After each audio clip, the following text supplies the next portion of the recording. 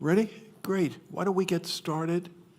And Peg, could you lead us in daily word and meditation? Certainly. Tonight's daily word is called receive. I receive with a glad and grateful heart. I love to be of help and service.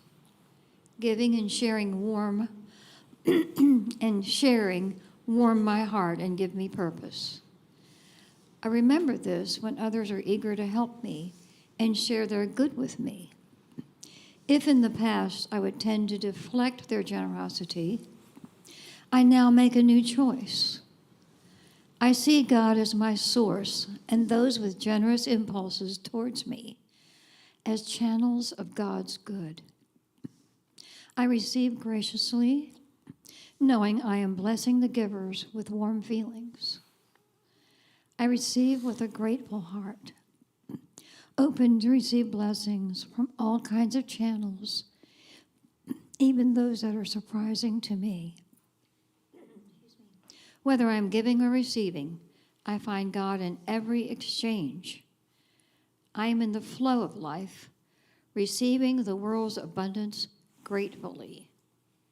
And the lesson from John is, until now you have not asked for anything in my name. Ask, ask and you will receive, so that your joy may be complete. And let's just close our eyes now. Go to our hearts and feel the gratitude there for all that we give and all that we receive, knowing that God is source. And as we open our hearts to God and know that God is source, we know that we will continue to give and to receive as God would have us do in every exchange that we have with others. And so it is. Amen. Here, I'll take the daily word, and you have the microphone. There we go. Well, welcome. We now come to the last principle, and this is will be the last time here that we're meeting. What will happen this Sunday, Lisa Lawson's going to be talking about the fourth principle, about prayer and meditation. Then we have a 1-week break for Black Luminaries, the wonderful program that's been put together for Sunday, February 22nd. The week after that, then I think it's March 1st, then we will be doing Unity's fifth principle, closing it out on Sundays. But next week, believe it or not, is Ash Wednesday and the start of Lent. So hope you will come at 7. We will be having a wonderful Ash Wednesday. We call it Ash Wednesday Phoenix Rising, a metaphysical take on Ash Wednesday. And I think the Fillmores had some really wonderful things to say about Lent, his book, How to Keep a True Lent. So we'll be talking about that, and there will be the service next week. Then after that, we're going to be doing a few one-offs, February 25th, A.R. Powell is going to be leading us in chant on Wednesday. I know the Lawsons are coming in to do a music program another Wednesday. We have a sound bath coming in. So there'll be a lot of wonderful Wednesday programs up through Easter. And then the weekend, the Sunday after Easter, Reverend Ken Daigle from Unity of San Francisco is going to be coming. His book just came out this week, Unapologetic Manifestation. He will be talking at both Sunday services and then leading a workshop that Sunday. It's the first Sunday after Easter. And then the Wednesday programs essentially will be devoted for a while to his new book, Unapologetic Manifestation. He has videos which will start the class with, and then it will lead to discussion. So there's going to be a lot happening as part of the Wednesday program. I just hope between this and the Sunday stuff, we've been able to convince you that Unity's 5 principles are right up there, I believe, right up there with the 10 Commandments, the Sermon on the Mount, Buddha's 4 Noble Truths, 12-step fellowships, if you're in one of them, and that they are very, very practical guides to getting through the difficulties or the challenges that we all face as part of living. And so let's remind ourselves where we've been. If you remember the first Sunday we talked about this, it was the history of, and the 5 principles didn't really just come out of the Fillmores or something. I mean, they only came in finally were written down and published in the 1980s. And I told the story of coincidences, how that happened. And I think a lot of times it could be that some of our most meaningful opportunities to be of love, service, and remember will, it won't come with an engraved invitation, and it will really surprise us when it shows up.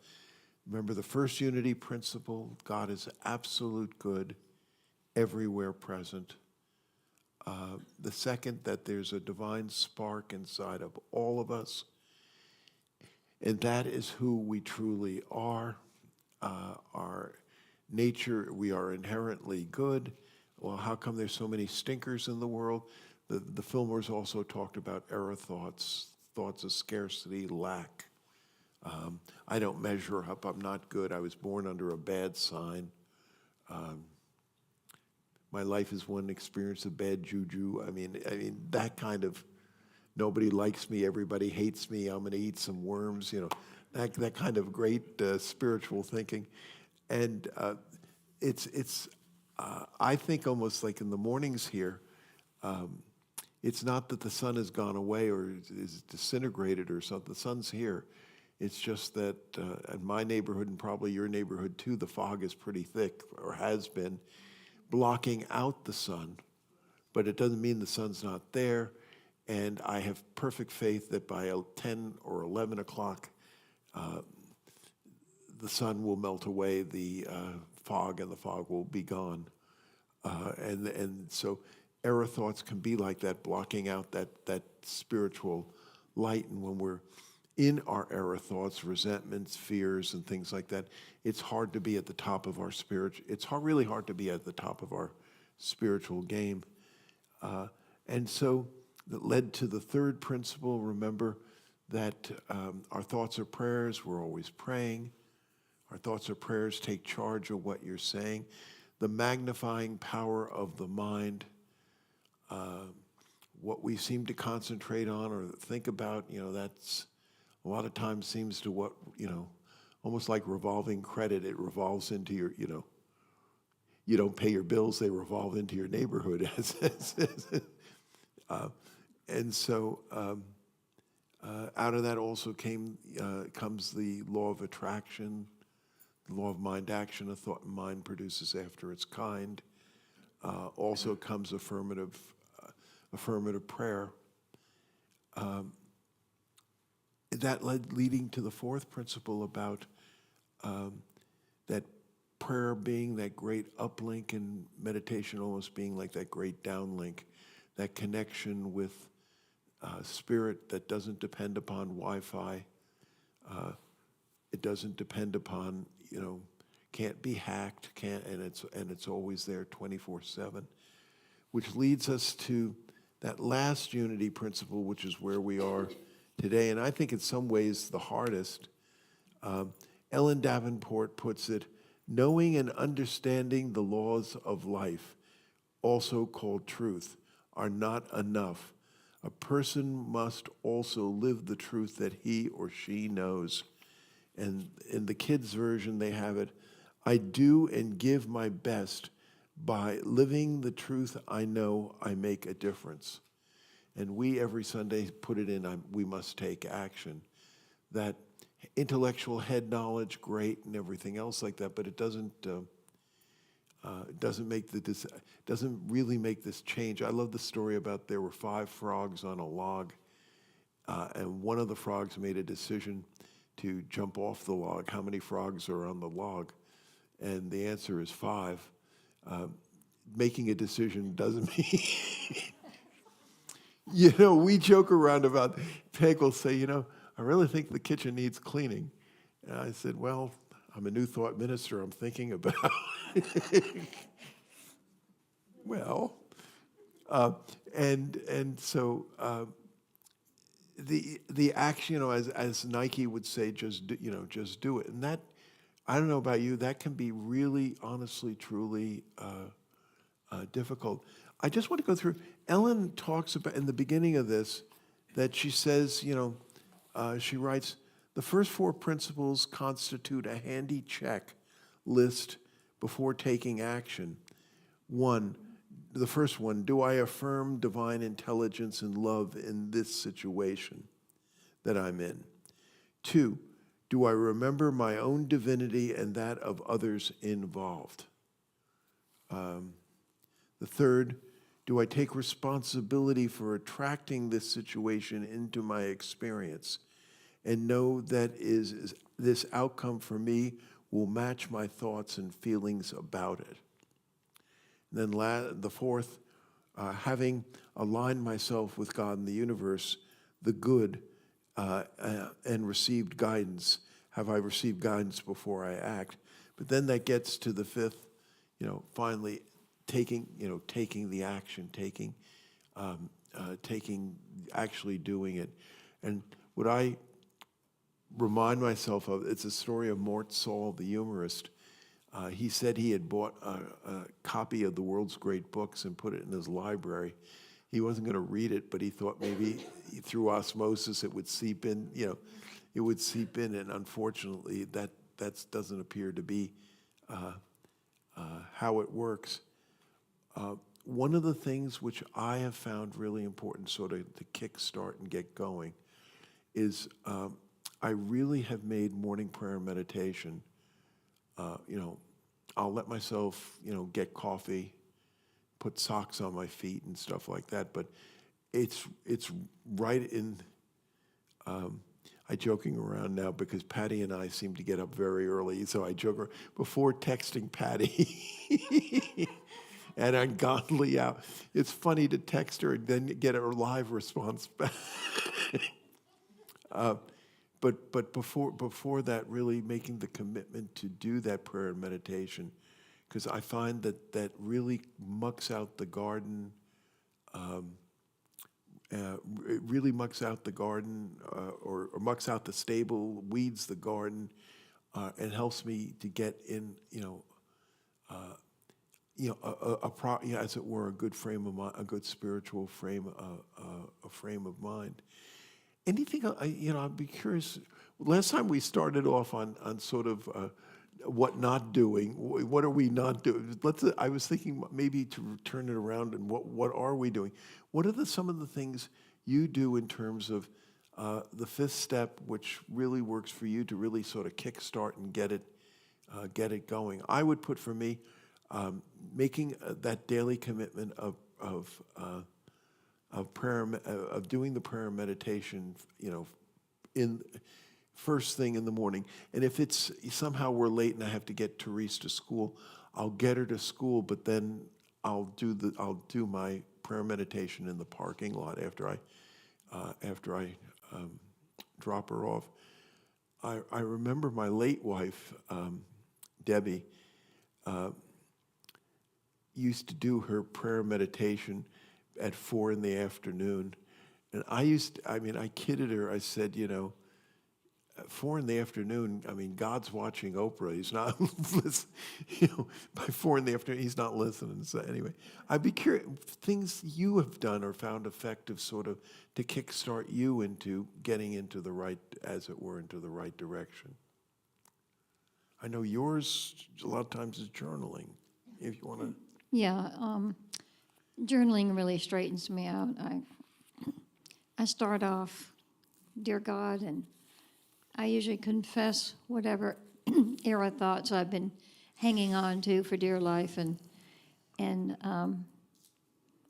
the more I write, the more I can let them go and open portals to new thinking, to correct thinking, to spiritual thinking. And I'd be interested in knowing what others do to start their day, to clear things out, or set the tone for yourself for the rest of the day spiritually. Who would like to contribute to that? Hi, I'm Janet. What I do is I have a gratitude list, and I read that every day in the morning as soon as I get up, well, usually after I eat. But sometimes I'll have to add things onto it, and sometimes I'll cross it out. But I keep the same list pretty much every day. And if I don't feel really fulfilled or like it's picked me up, I'll read it a second time. And then on some days when I just know I don't have enough time, I do a quickie gratitude, and I just go over what is my health, and I think of all the ways that I am healthy. And even if I'm not healthy, I think of the positive things I am healthy and thankful for. Then I go to my material wealth, what I'm thankful of, physical objects that I own.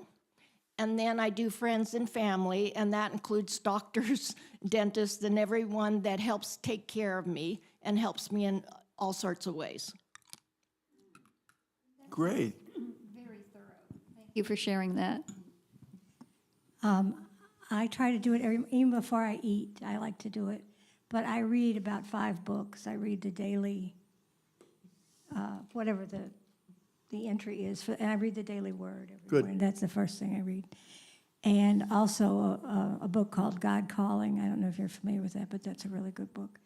And then I will, if I have time, I will write in my journal and hope to get an answer. But I will also say a prayer, and I've got I don't know if you're familiar with the prayer by John Dylan Emmett, what's his name? The poet.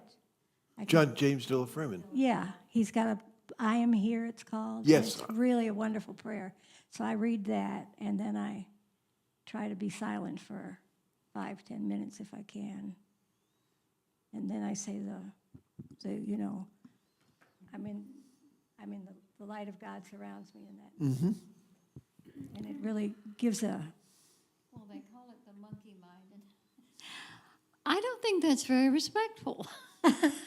It's our human minds. yeah. And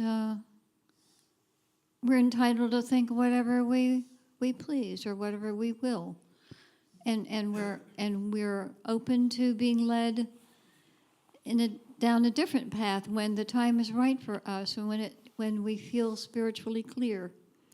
And so I have a tendency to be a little hard on myself at times. You know, I should this or should that or blah blah blah. But it's really just it becomes more and more clear to me that just being who we are. We're going to talk about being versus doing tonight. Can lead to all sorts of good things. Mm. The James Dilla Freeman prayer you mentioned, I am there.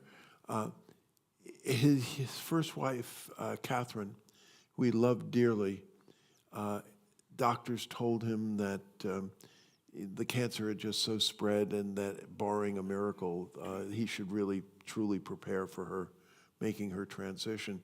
And he was just so totally heartbroken.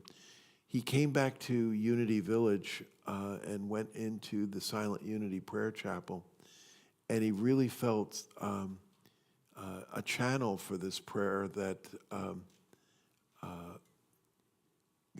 really felt Spirit saying, "I am there," and leading to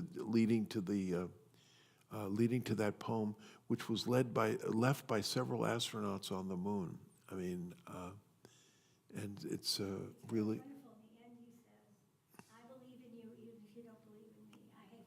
Yes. I have faith in you when you don't have faith in when you don't have faith in yourself. It really is an incredibly beautiful prayer. Anybody else? Something that's worked for you to sort of, George? Okay, this is a ritual that I do 6 days a week. Sunday is the day of rest, so I don't do this ritual on Sunday. I come here, but yeah. So I start off with about a handful of yoga poses, just stretching as soon as I get out of bed, and my prayer time starts in a pose called child's pose, where I'm down, and it's a real good way to stretch your back, but. So I'm in that pose, and I say the Serenity Prayer.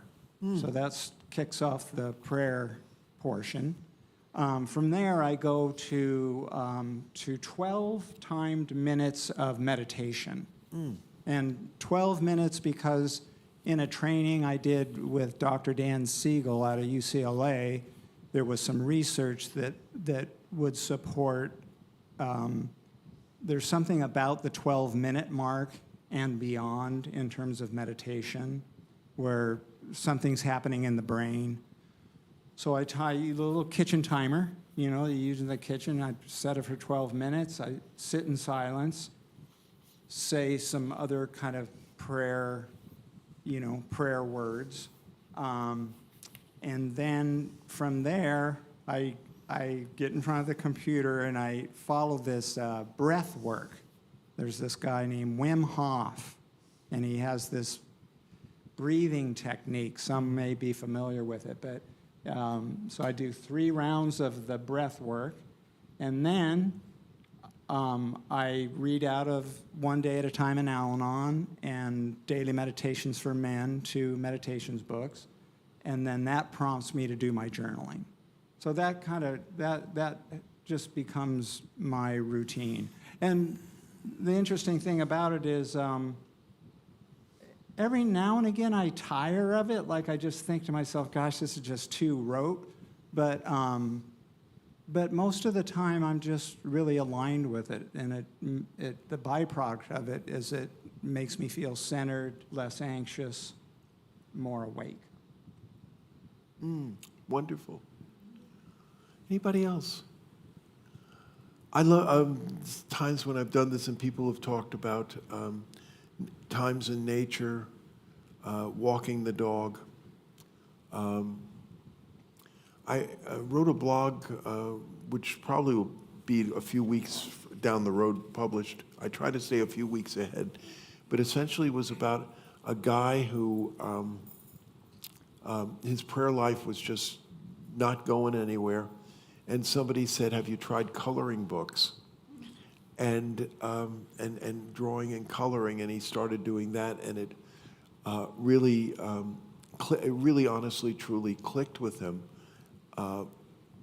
And because there are times I think I can be too serious, it has to be out of a leather-bound Bible or something like that, and to realize that this connection, this getting back into that connection with the divine can take obviously many different forms, and doesn't have to be what we would think of as traditional prayer. There are many other techniques that work for many different people. Anybody else? Janet.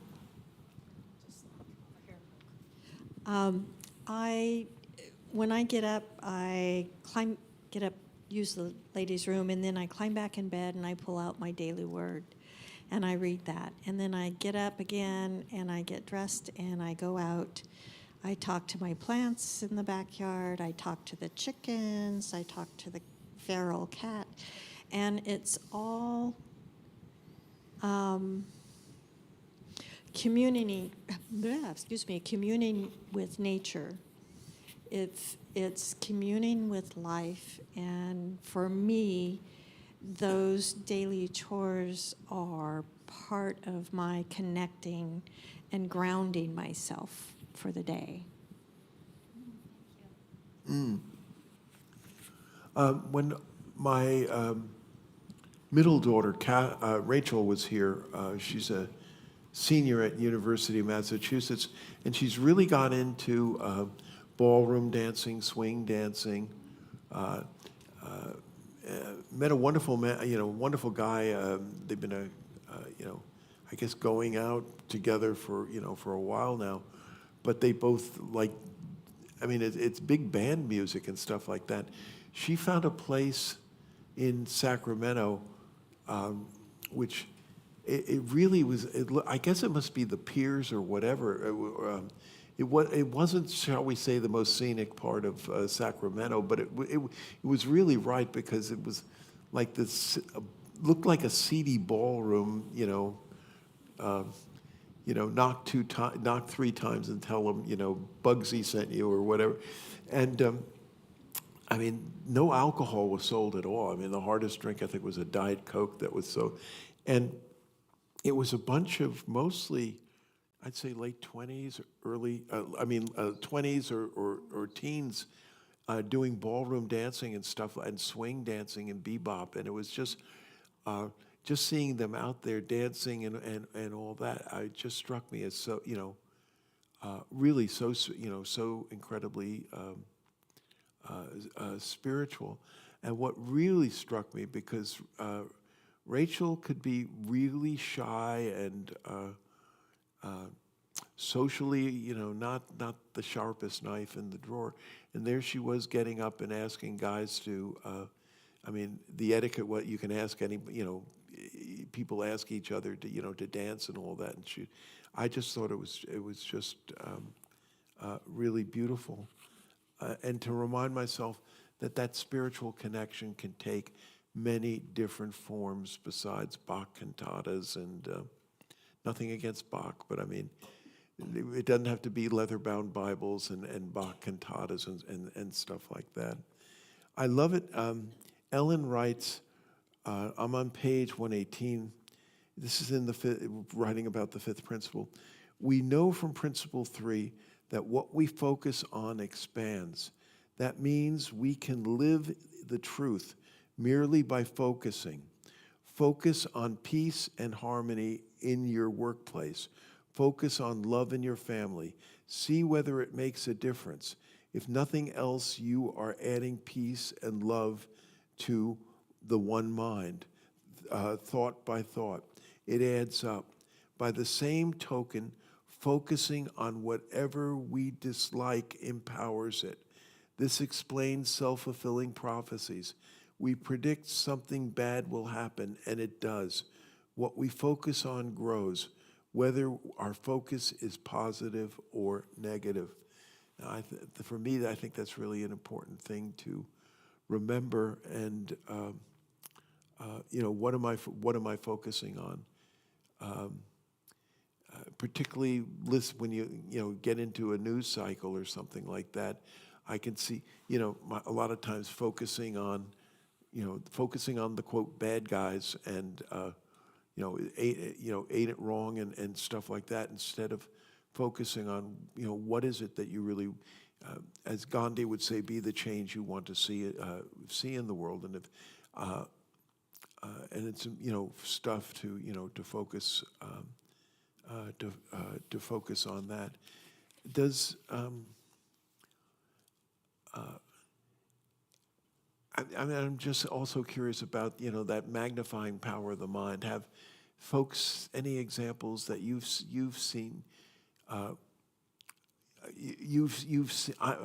I have just found that it's really important for me to. For example, if there's like a job or something like that I want, that I like when I was up for United Way, I really wanted. I hope I was employed. I found it was almost like Joshua Jericho. I mean, I walked around the building. I saw myself there. I saw myself as capable. I saw myself as capable of doing the job. After my Sunday trial weekend, when I really felt that what is my first choice switched, I walked around this building. So I walked around this building several times, and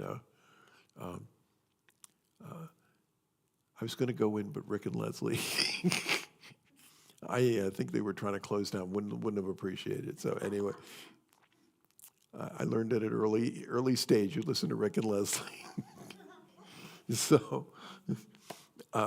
but seeing yourself there, I think is also important to do that, and I a lot of times also ask, am I focusing on what I want to see, or am I focusing too much on what I don't, honestly, truly what I don't want to see, and then trying to switch my mind that way. The other thing, we were both impressed. We read over again Ellen Davenport's this chapter, and Ellen really talks about. Sometimes we think we have to be human doings to get it accomplished. We have to do this. We have to, don't just sit there, do something. And she talks about a lot of times the best thing we can do is to go into the being, to think more in terms of the being mode than actually the doing mode.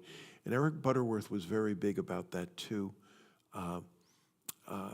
He a lot of times said the most important thing is getting into a good consciousness. I mean, instead of somehow you're going to run around like a chicken with your head cut off and think that you're accomplishing. Yes, which leads to oneness. The concept of oneness. And I think in unity especially, that's so important to us, to not feel separate, not from each other, not from spirit. When we feel alone and afraid, and I certainly have had my moments through my life of that, I found that if I meditated and went to that quiet place, I no longer felt either alone or lost. Because I think we're just really blessed that we have tools that we can use to reconnect and calm and center and know we're loved, that Spirit loves us.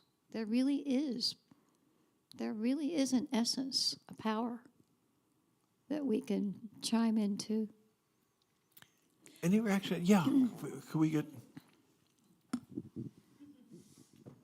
The bottom of page 127, I like what she says. God does not require a demonstration of faith, but we make room for good by opening our minds to receive it. Mm-hmm. If it helps, we can begin to act as if it were already ours. Take any action that helps align your vibration with your desires. Close the gap between where you are and where you want to be. Feel it first, then watch it transpire. I love that paragraph. She also on 127, I love where she writes, she talks about a woman in her church. A woman in my church said she increased her business without changing anything except her beliefs about prosperity. The action was purely metaphysical in consciousness, and that seemed to have, a big change to it. I'm going through. I sent Rachel's. This is her last semester, and then she graduates from the University of Massachusetts. So I sent a check up to cover room, tuition, and board, and all that to UMass, and sent it up express mail and all that. The bursar claim says, well, whatever you send it up, it all goes into a central office.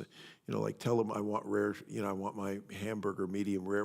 They're going to get cooked 10 minutes on each side. No matter what you say, that it's all sent down to the central mail office, and whether it gets here, sometimes it's backed up and it takes 10 days or whatever. And so in the morning when checking to see whether the check was cleared and all that, I noticed that I was saying to myself, it probably didn't clear. I mean, it's still messed up. It probably didn't clear, and sure enough, it didn't clear, and so this morning I said to myself, with the attitude that it's not going to change, that it's going to be a mess, and it's not going to, you're not really helping this, you're not helping this, and you're just getting more frustrated. So today I made a change. I said, all right, I'm going to envision that, it went to the right place. It's taking time. It didn't clear. I wish I could have then said, and it cleared this morning. It didn't. But I do have the sense that, my attitude of, what a crummy system, and it's never going to be, it's never going to work out, or whatever, wasn't really contributing to the situation.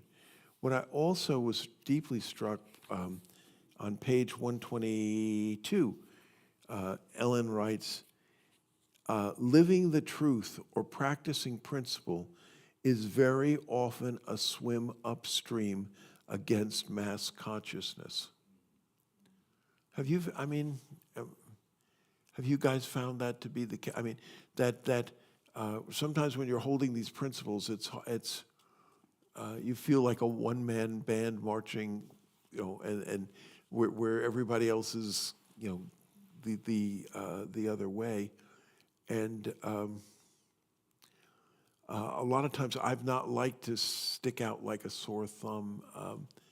I was on a plane, and again, come from a family. I was adopted when I was 6 months old by a Jewish family, and not an Orthodox reform liberal-minded form of Judaism, but in Orthodoxy, it literally says in Deuteronomy 6, you shall bind these words, they shall be frontlets between your eyes, and you shall bind them on, you shall bind them on your hands and all that. And so the Orthodox literally have leather straps which they bind, and actually, prayer with the words inside, they bind it to almost like a miner's flashlight or so, or on it. And so I was in an airplane, and there was a period, I didn't want anybody to see me reading the Daily Word. God forbid somebody should see me reading something by Eric Butterworth or the Bible, and I was kind of really sensitive about not doing that. And so the pilot turns off the lights, and up get these Orthodox guys, and they're wrapping it all around them and around here and down the center of the aisle, and they're doing the whole 9 yards. And my reaction was, wow, I mean, they really have covered. They don't care who's, they don't care. And there's several places where Jesus says, if you are willing to, if you're willing to stand up, if you're willing to stand up in your relationship with me, I'll be, you can always count on me to be there with you. Just seeing these guys do this in the aisle, I had to laugh at myself. You're God forbid somebody should see you reading Ellen Davenport and all that. And it really gave me, seeing that and seeing them do something which was so counterculture, I just felt the conviction. And now on an airplane, I don't care who sees me reading the Daily Word or reading a Bible or whatever. And if it might even lead into a good discussion or something, where I'd be able to share principles and stuff like that. But I do a lot of times have a sense that a lot of times our principles in many ways are very counterculture, and it really it took me a while before I was willing to stand. Not that I go around with we're not like the Mormons. We're not riding bicycles and trying to convert people to to unity or whatever. But to be, I think sometimes we've gone to the other extreme, that we can make places like Spiritual Life Center the best kept one of the best kept secret. Unity churches a lot of times can be the best kept secret in a town, and I think there's a way of expressing, a way of doing outreach, which is respectful, but is saying, this is counterculture, but I'm willing to stand up for it. Has anybody else, found that some of this stuff when you're doing it is somewhat counter? Couple things. One is, I don't want to get political, but some people don't like a certain man that's in Washington, D.C. And, we need to focus on what we want, not on what we don't want. And when we keep focusing on, I don't like that guy, I don't like what's going on, you just give it more energy, and that train just keeps on rolling. If we believe the principles that thoughts create our reality, thoughts create our experience, well, then we need to pay attention to what we're thinking and change our thinking. Change your thinking, change your life. I know it's simple, but it's not easy. And so I was going to say something else. I can't remember what it is now.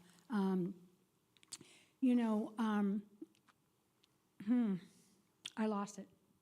I'll come back to it. Anybody else? Yeah, Janet.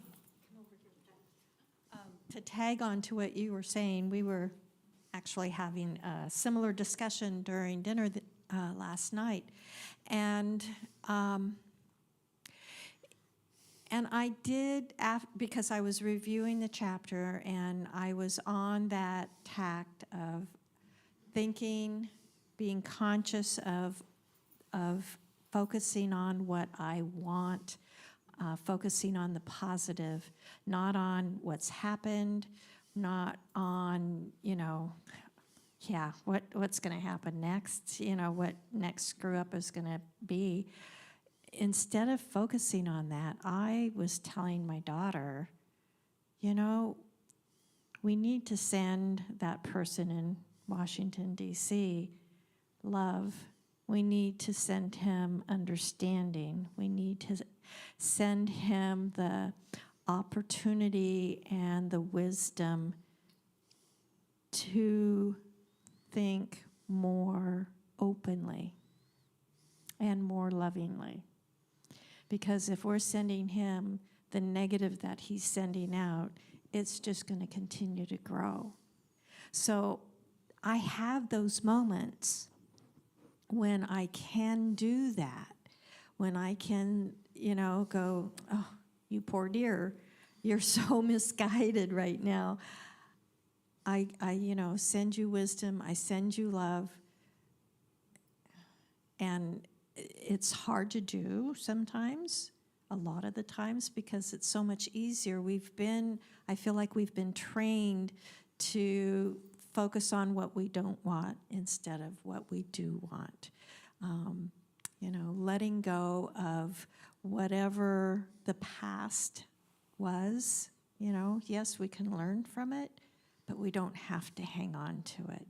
We don't have to carry that into what we really want and what we see for our future. Thank you. Can we pass? Yeah, so for me, I believe that maybe 100 years or maybe in 50 years from now, I'm not sure how long, but more and more people will be coming to our way of thinking. And also like Center for Spiritual Awareness, they're very similar to this church. I've been to both of them. Mm-hmm. And I only changed my beliefs about basically 6 years ago. So I had to do a lot of catch-up work to find out all these new principles and ideas. But one of the basic things that is different that I'll say Christians, Catholics, Jews, and I don't know as much about Islam, but I know about their virgins dying and seeing virgins when they die. But anyway, everyone thinks in those religions that your life starts right at conception.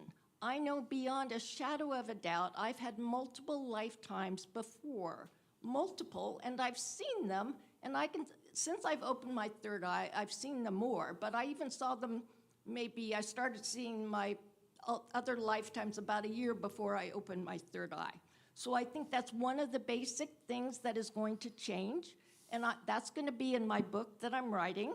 And I know some people are going to be upset about it. I still have 2 friends that are Christians.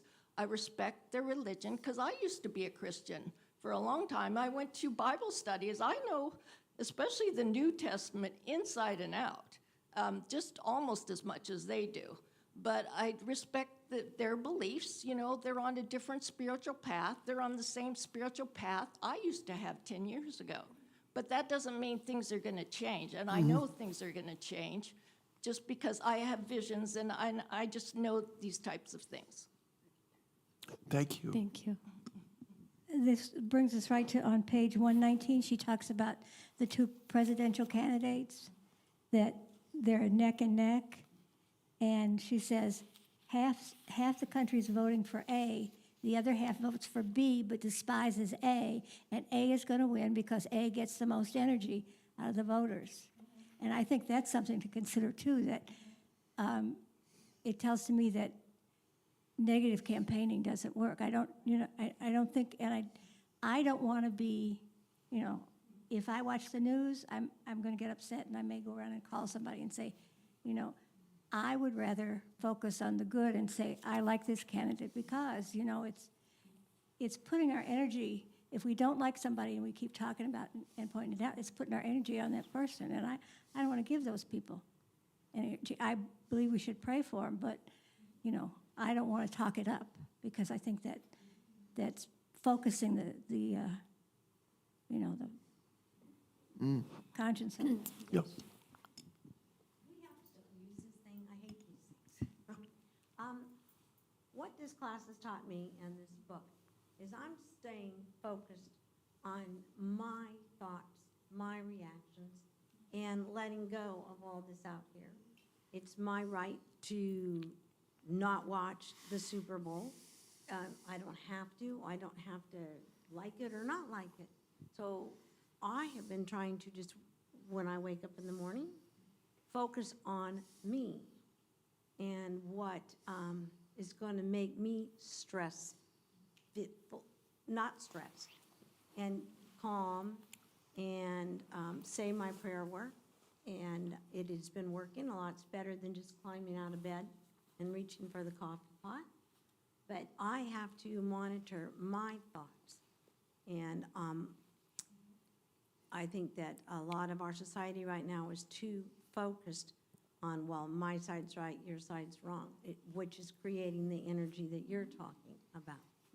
And I believe that my God, or that I believe in, things may look like they're negative no matter what side you're on. We are all here, and things are going to shift, things are going to change, but our job is to take care of ourselves and to forget all this around us. We can only stay focused on ourselves and our prayers and what we see in the world. So, It's like the process we've all been talking about tonight, have. isn't it? yes, It's we have the power to shift. we do. We have Don't the we? power to shift, and it's up to us. It's not up for me to change your opinion or his opinion. We just have to be the light that we want to see in the world. So that is what I'm focused on right now. I guess the 2 things that are coming to mind, one is the saying shift happens, and the other is that Marianne Williamson said she used to get super furious at people who wouldn't sign her peace petition.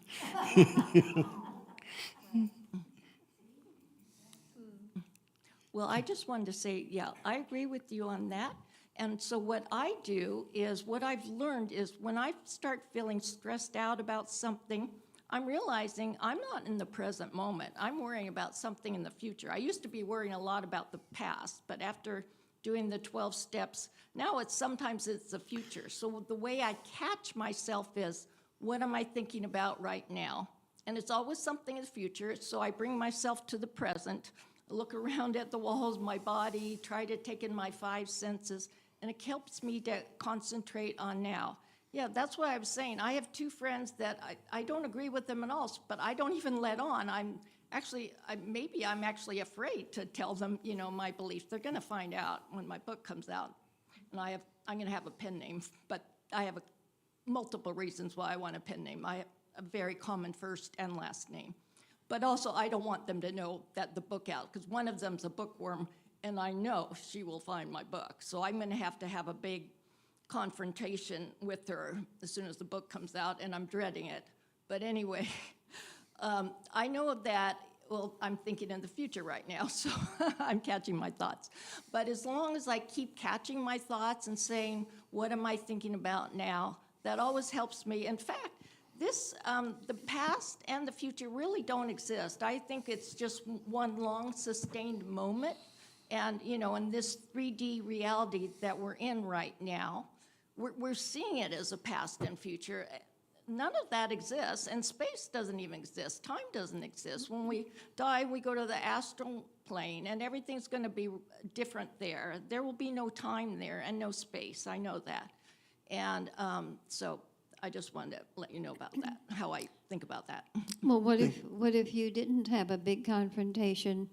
What if you decided that it just wasn't in your particular energy to go there and just say something, well, it is what it is, and refuse to engage in argument? Because I think you have that choice. You're right. And I think that would be very powerful for both you and her. Right, yeah. I think I'm just gonna, I don't want to hide the book from her. That's like diminishing my worth, So yeah, I'll just have a talk with her about my beliefs, and I'll just say, we have different beliefs, and I hope you come to my beliefs. And I know she's gonna think, well, you're going to hell, but because that's what I used to think, and that's what you're taught in Christianity and Catholicism. So you're right, but so. Thank you. Anybody else? Yeah. Thank you. I've experienced some things recently where a lot of people were saying to me, oh my goodness, this is being sabotaged, and I hope things work out for you, and this, that, and the other. And it's like, wow, it was hard to hold on to the positive thought that that if I kept my mind steady and focused on what I truly desired, which was to have a full house at my show, and every single day someone would call me and say something that was opposite what it was that I was seeking. And even when there was a 2-week period where it really looked like, yeah, it's messed up, and I had to every day go back and change my words and change my thoughts and see those seats filled. Just see them filled. It's in my mind. It was my mind, not what everybody was saying to me. And I remember the day of the show, I was feeling really nervous because it's like, okay, here goes. I'm going to find out if my thoughts held up or if I allowed other thoughts to enter. And as I was sitting in the green room and I could see on the monitor people were coming in, and I started crying right there because it was exactly what I saw. And I know it's important you have to flush it all out. I was on the phone with someone last night, and the whole conversation turned into all the negative stuff that is going on. And I remember feeling, oh my God. So I finally had to say, listen, I have to get off the phone because I have to do a reset of my consciousness.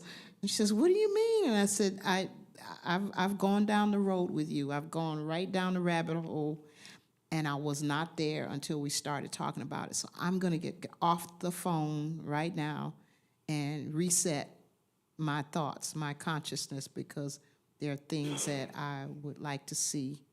And as long as I keep indulging in this conversation, I'm making this whole world situation worse. And she says, okay, well, whatever. And it's like, yeah, okay, talk to you later. So I'm hoping, number one, she doesn't call me back, because I don't really talk on the phone to people.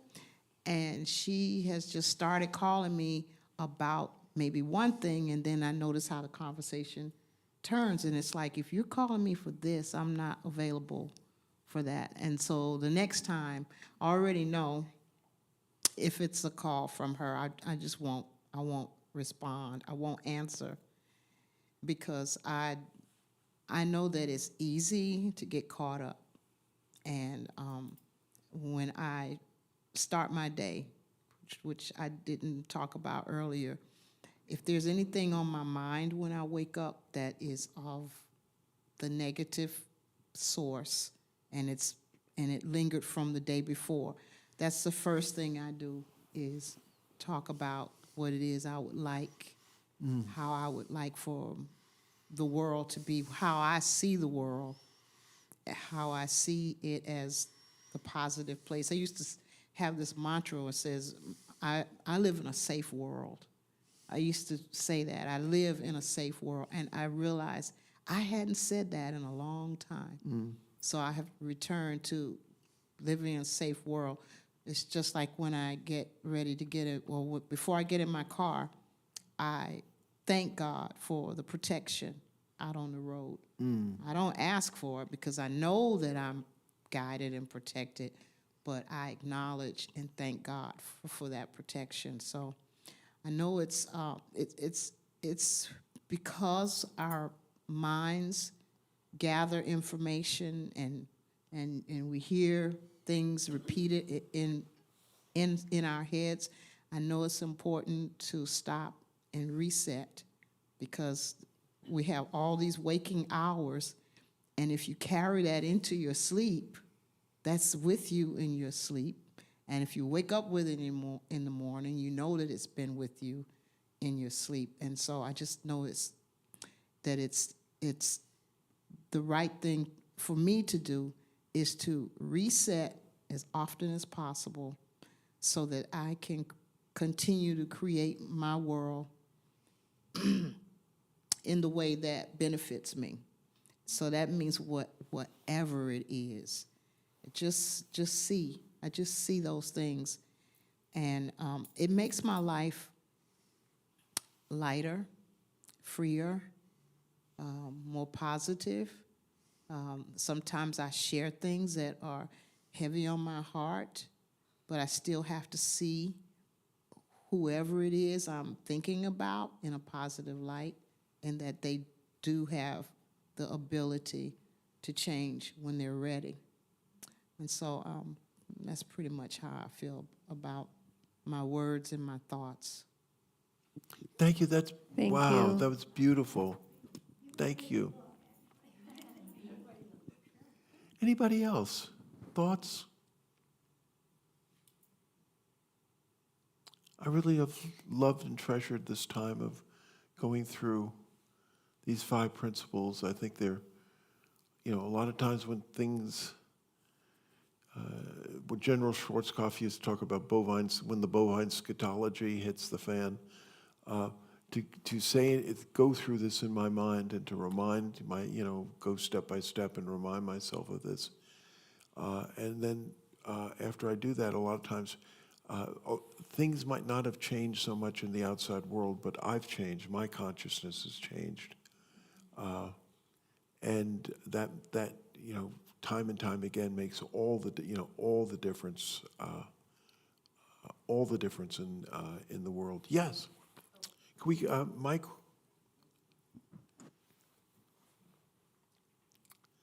Thank you.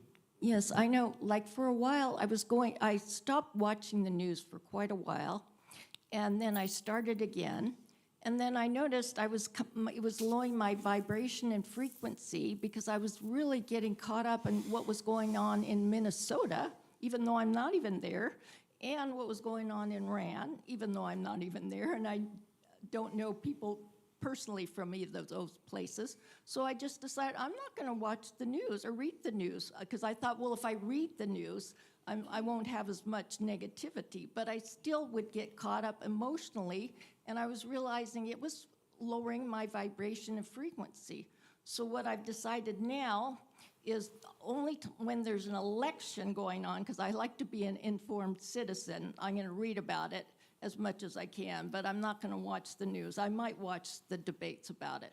But just by not watching the news, because everything is negative on the news, and all it does is bring me down. So I think that helps a lot, at least for me. I think you're right. And it's interesting, we have a healthy difference on that. I mean, I would say Peg's probably closer to what you just said. I have felt it important to put parameters around it.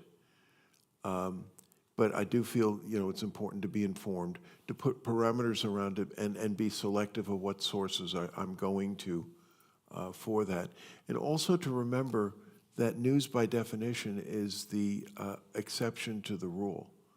I mean, most people, the overwhelming vast majority, I think I told this story here a few weeks ago. We were in a skating rink, not the greatest section of town. I lost my wallet, and kids with multiple body piercings and tattoos. He came up to me and he said, "Sir, I think this is your wallet. You lost it here," and the money was inside of it. To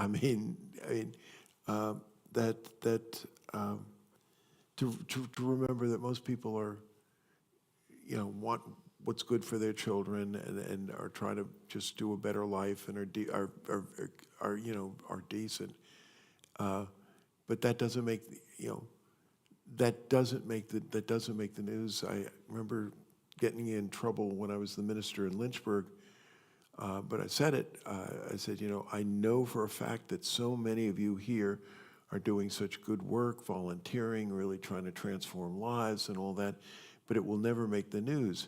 If one deranged character comes into the sanctuary with a AK-47 and starts shooting, that will make the international, the newspapers, and so it's important to remember about that perspective with news. What's also coming up in my mind, my advisor at Unity Institute and Seminary was a wonderful man by the name of, he's still alive, still a wonderful man, Reverend Dr. Tom Shepard. And he used to really say to us, don't say this is the Unity way of doing things. Say this is a Unity way of doing things, that there are many different. So in terms of how do you deal with the news, I don't think there's one way of doing it, and we've sort of lived with. As we're driving up here, do we have to listen to another talking head? Can't we listen to music? And we listen to music. So That's what soothes me.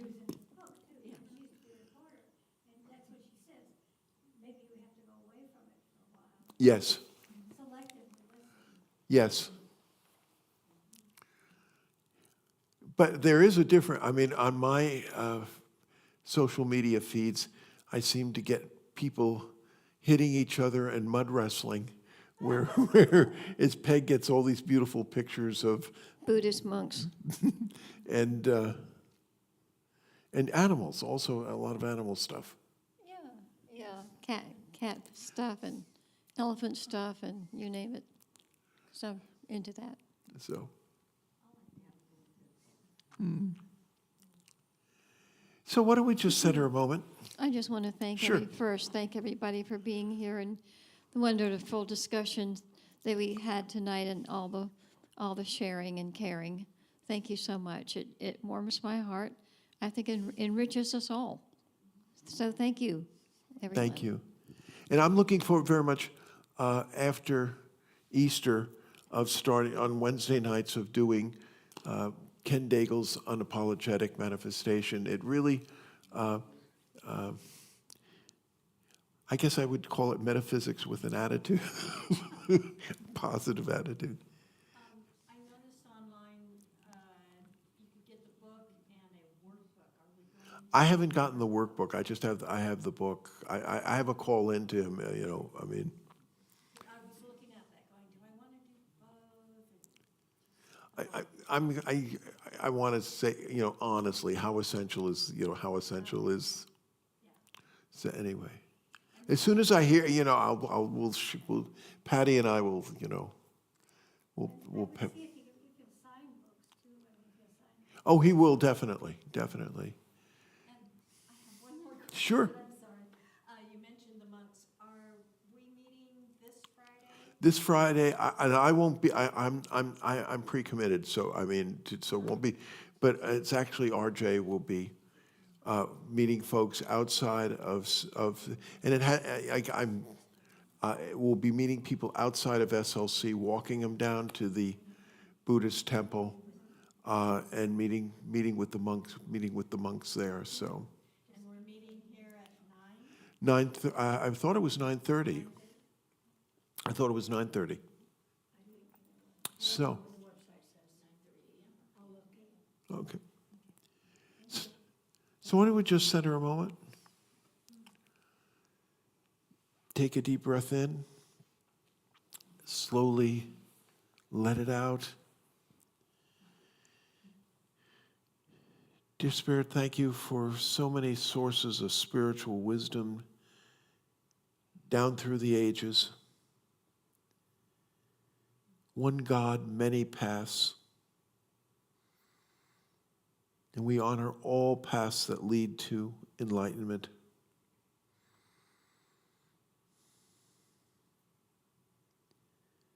Thank you for these 5 principles. During these difficult times, they can serve as a North Star, a guiding light.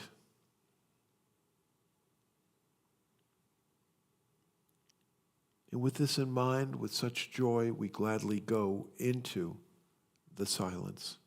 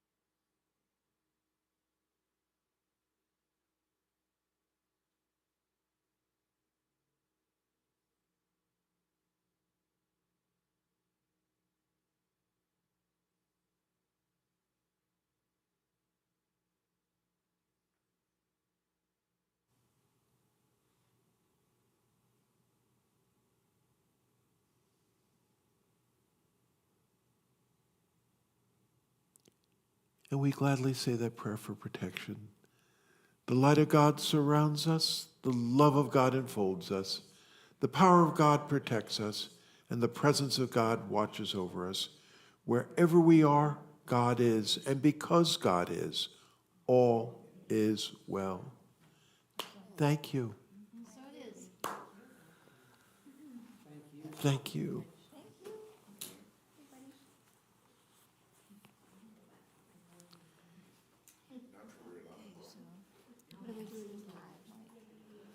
Take it.